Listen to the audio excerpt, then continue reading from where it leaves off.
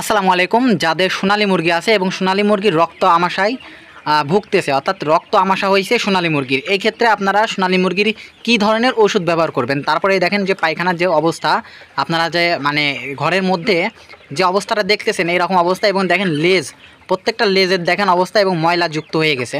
তো এই ক্ষেত্রে আপনারা কি ধরনের ওষুধ ব্যবহার করবেন, অর্থাৎ রক্তামাশা এবং এই যে লেজের সাথে যে পায়খানা, ওই যে পায়খানা যে দেখা যাচ্ছে, এই রকম পায়খানা থাকলে পরে আপনারা হচ্ছে কী ধরনের ওষুধ ব্যবহার করবেন এটা সম্পর্কে বিস্তারিত আমি ভিডিওটা দিব ইনশাল্লাহ।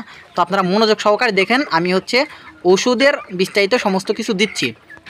তো আমরা হচ্ছে এই চিকিৎসার জন্য যে ওষুধগুলো নিয়ে আসছি, এটা হচ্ছে আমার একটা ভাইয়ের, মানে এই যে ফার্মটা দেখতেছেন এটা হচ্ছে আমার এক ভাই। কত রে মুরগি তোর? 300 মুরগি নিয়ে আসছে ও, মানে ও শুরু করছে আর কি নতুন। তো আমি যে ওষুধগুলো নিয়ে আসছি আর কি, তো এই ওষুধগুলোই মূলত আমি দেবো। এখানে আমি ওষুধগুলো দেখাই। এটা হচ্ছে যে এই আপনার এখানে সিপটিল আছে, হ্যাঁ, নিউ সিপটিল ভেট। আর আমি কিন্তু আমার নিজের ব্রয়লার মুরগির ক্ষেত্রে দেখাইছিলাম যে হচ্ছে এসিভেট সিপ্রো। তবে এসিভেট সিপ্রোটাই সবথেকে ভালো হয়। তো আপনারা চেষ্টা করবেন এসিভেট সিপ্রোটা ব্যবহার করতে। এটা এখানে যে সিপটিল ভেট আছে এটাও কাজ করবে, সিপ্রোসিনি 10%, কোনো ব্যাপার না। আর দেখেন আমরা যে এই ওষুধগুলো আছে এইগুলো আপনারা চেনেন, কক্সিকে আর হচ্ছে ফাস্টভেট। তো এইগুলো আপনারা কী রকম ব্যবহার করবেন আমি আপনাদেরকে বিস্তারিত দেখাই দিচ্ছি। কত গ্রাম পানিতে, মানে কত লিটার পানিতে কত গ্রাম করে ব্যবহার করবেন এবং কী ধরনের মাত্রা ব্যবহার করবেন, মানে মুরগির অবস্থার উপর নির্ভর করে আমি কিন্তু আপনাদেরকে ওটা বিস্তারিত দেখাই দিব ইনশাল্লাহ। তো আপনারা সাথে থাকেন। তো আমি কিন্তু আপনাদের বিস্তারিত দেখাবো ইনশাল্লাহ। তো মুরগি মোটামুটি দেখেন সব ঠিকঠাকই আছে, শুধু এই রক্ত আমাশা এবং হচ্ছে ওদের লেজের পাশে দিয়ে দেখেন হচ্ছে পায়খানাটা করছে, ওখানে পায়খানাটা জড়ায় আছে, এটাই আর কি সমস্যা। আমি এটার জন্য হচ্ছে চিকিৎসাটা দিচ্ছি। আপনাদের যাদের এরকম সমস্যা আছে তারাও কিন্তু আপনারা এই আমি যে চিকিৎসাটা দিব এটার উপর করে জাস্ট ওষুধের বিষয়টা মেনটেন করতে পারলে হয়ে যাবে ইনশাল্লাহ। আমি আপনাদেরকে বিস্তারিত দেখাই দিব। এই আমাশাজনিত সমস্যাটার একটা বিশেষ সমস্যা হচ্ছে যে আপনার পরিষ্কার পরিচ্ছন্নতা যদি পরিবেশ না পায় তাহলে কিন্তু এই সমস্যাটা হবে। এই যে পাত্রে যে সমস্ত ময়লাগুলো থাকে এই ময়লাগুলো কিন্তু পরিষ্কার করা অত্যন্ত জরুরি। যদি আপনারা এই ময়লা পরিষ্কার করতে না পারেন এই ক্ষেত্রে কিন্তু আপনার যত ওষুধ ব্যবহার করেন ওষুধের কার্যকারিতা কিন্তু থাকে না। পাশাপাশি দেখেন ওদের গরুও আছে। তো আমরা হচ্ছে 16 লিটার পানিতে আমরা হচ্ছে 16 মিলি হচ্ছে সিপ্রো দিয়ে দিচ্ছি। এটা কত 10 না, আর হাফের একটু বেশি দেয়। 16 লিটার পানিতে আমরা হচ্ছে আপনার 16 মিলি হচ্ছে আপনার সিপ্রো দিয়ে দিচ্ছি।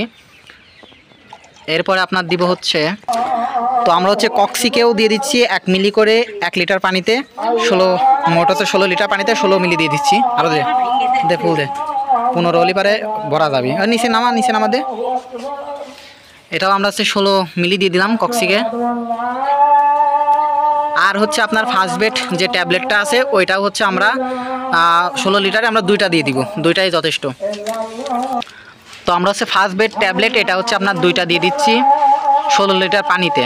তা আপনারা যখন হচ্ছে 50 লিটার দিবেন তখন সেই ক্ষেত্রে আপনারা 4টা দিয়ে দিবেন, ওইটাই যথেষ্ট। 10 লিটারে আপনারা মনে করেন যে 1টা দিলেও হয়, বুঝছেন।